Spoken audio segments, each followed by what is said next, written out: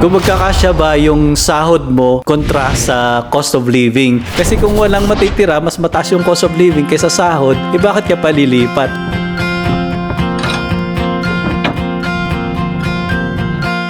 Looking for a reason, driven by the heart, fighting for a season, but sadness fall apart. Tell me not to worry, tell me to be strong, be my true reminder of where my love belongs. We'll be cutting edge, make a brand new sketch. Fire in the heart, flipping hearts around. We'll be changing all that's wrong. And baby, hold on, bring it on. We'll be running the show. Hi guys, kumusta po kayo lahat? Hari here ng Pinoy Nomads. Kumusta?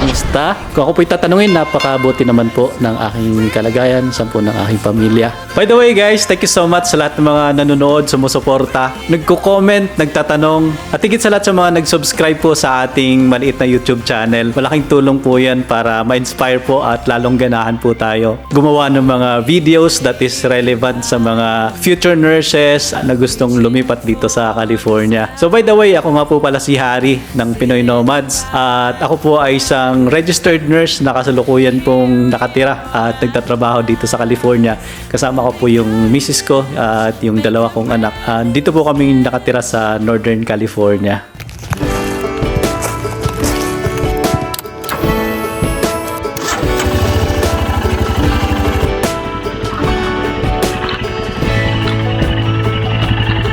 Man, always had a story about the city life and the crazy nights. Figure I should probably give it a try. Maybe check it out, see what it's all about. But the traffic was fast and the money was slow. The people I met you never get to know.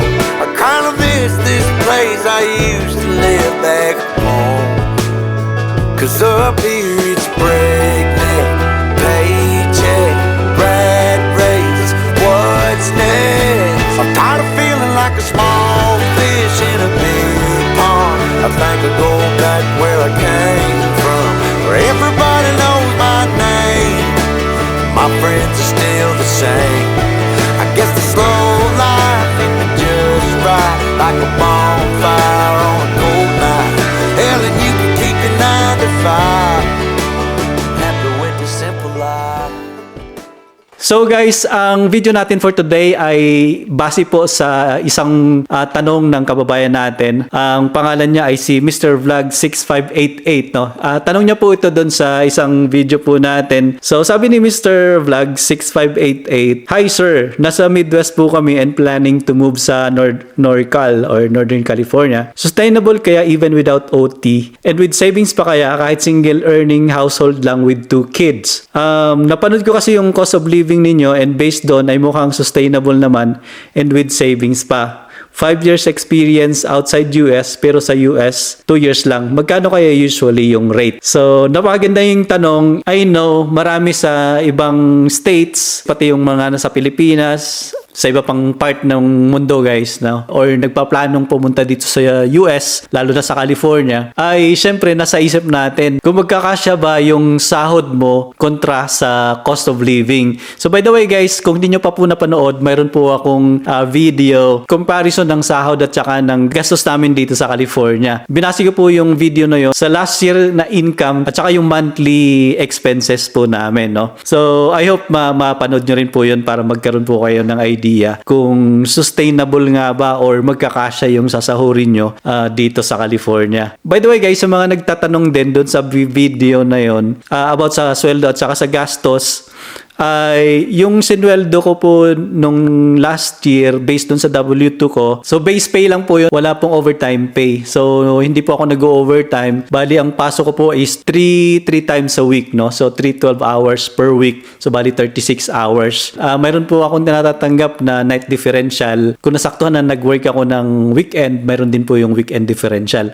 Pero alternating week yung ano namin, yung pasok, kaya hindi laging may weekend. So, tapos guys, sa sahod na yon, bawas pa po doon yung bakasyon tsaka yung mga absences. Pero yung nung nagbakasyon kami sa Pilipinas ng 3 linggo, PTO yung ginamit ko. Pagka PTO yung ginamit mo, base pay lang po yung babayaran sa'yo ng company. Pero yung night differential tsaka weekend differential, ibabawas yun, no? Or hindi kasama yun. Yun guys, pero I still made around less than $150,000 sa 2025 income. Okay guys, so kay Mr. Vlog 6588, thank you so much po sa question po ninyo, and I hope you don't mind me doing this video para naman po sa ibang mga ganun din yung tanong, no? Kasi nung wala pa po ako sa California, ganun din yung tanong ko, yung sahod ba tsaka yung cost of living, kasi lahat naman tayo alam na mataas yung cost of living dito.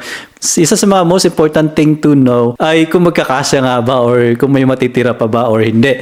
Kasi kung walang matitira, mas mataas yung cost of living kaysa sahod, eh bakit ka palilipat? Lalong-lalo na po si Mr. Vlogs 6588 ay nasa Midwest. Ang tawag po sa Midwest, ito po yung heartland ng USA. Nasa North Central siya sa mapa ng USA, no? So it comprised of 12 states, no? So yung 12 states na po na yon ay Illinois, Indiana, Iowa, Kansas, Michigan, Minnesota, Missouri, Nebraska, North Dakota, Ohio, South Dakota, and Wisconsin. Maganda po yung lugar ng Midwest. Dati po kami nasa Indianapolis, nag-travel nurse po ako doon. Kaya napuntahan namin yung Wisconsin, yung Ohio, Michigan, Kansas, North Dakota. Yeah, yun yung mga napuntahan namin. Ang maganda sa Midwest guys ay napakamura pa ng mga bahay. Mababa ang cost of living. Ayun nga lang, for nurses ay medyo mababa din yung bigayan. Mostly rural, maliban lang sa mga big cities. Ang negative lang tingin ko yung weather. Sobrang lamig, no? Kasi nga nasa North Central sila ng US. So yung Michigan for example, Wisconsin, may lake na malaki. Great Lakes na tinatawag nila, boundary yan ng US and Canada. Malamig kasi malapit na sa Canada, norte na banda.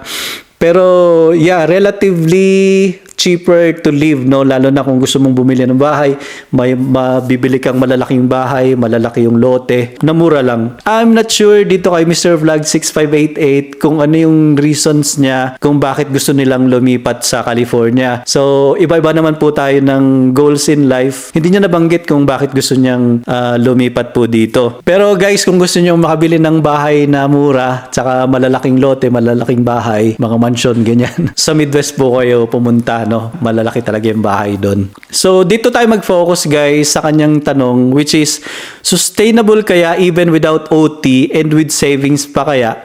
Kahit single earning household lang with 2 kids. Himayin natin yung first question niya. Sustainable kaya without OT? Last year guys, yun nga, based dun sa W2 ko, I almost made $150,000. Without OT po yun at single income as a nurse. Kung kaya siya without OT, yes, pero depende yung sagot. So yes, kaya siya kung marunong po tayo mag-budget, no? Nung lumipat po kami dito sa California, mag-isa lang din po ako, no? Single nurse income family lang din po kami.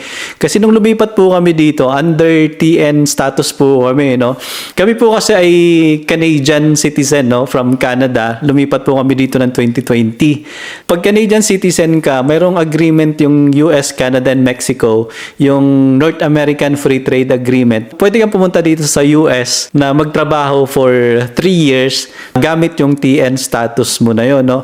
Yun yung ginawa namin. Pumasok po kami, tumawid po kami ng border, kumuha kami ng TN status. Sa Blaine, Washington kami dumaan eh. So from Alberta, Nag-travel kami to Vancouver, Surrey, and then meron po din yung Peace Arc border crossing. Yun po yung boundary ng US at saka ng Canada. Kung makakuha na po kami, yun yung ginamit namin para maging legal yung pag-work ko dito sa US. So, buong pamilya pwede mong isama. Yun nga lang, yung wife mo at saka yung iba pang dependents mo, for example kami, mga anak ko, pwede silang sumama, pwede silang mag-aral, pero hindi sila pwedeng mag-work. Kung gusto nilang mag-work, kailangan din nilang kumuha ng TN status. So ilang years po kaming ganon, single income, nurse income, at dito pa sa California, mataas ang cost of living, ay sustainable naman, nakasurvive din po kami, awa ng Diyos. So masasabi kong possible or kaya, yes, ang sagot ko sa kanya kasi yun ang nangyari sa amin. Pero, depende po yan, no? Kahit gaano kalaki ng income, guys, pag hindi tayo marunong mag-budget, kulang din talaga lagi. So, hindi ko sinasabing, hindi ko sinasabing hindi sila marunong mag-budget. Ang sinasabi ko lang, hindi natin alam kung paano sila magbabudget. Kaya ang hirap magsabi na kasya talaga, di ba? So, ang ginawa kong lang example yung sa amin, kasi nga, yun, single income kami for couple of years. Tapos saka lang naman nakapag-work yung misis ko at saka nung mga anak ko nung nag-apply na kami for green card. So nung nag-apply na kami ng green card, yun nakapag-work na sila legally, no. So yung mga anak ko at saka misis ko.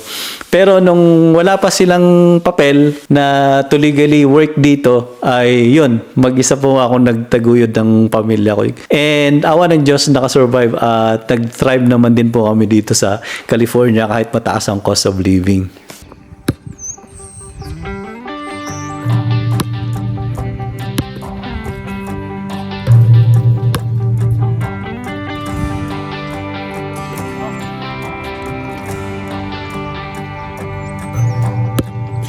I hoped we were gonna 1, 2, 3. make it. He promised we would find the time. Dreaming for eternity, creating perfect memories. Yeah, we hoped we were gonna make it. Ooh, wow. Little did I know that time would take Ang us galing. to a place where Pero guys, hindi ko sinasabing pare-pareho tayo ng situation na. Kasi iba-iba nga ang pamilya, iba-ibang tao, magkakaiba din nga yung diskarte at saka pagbabudget.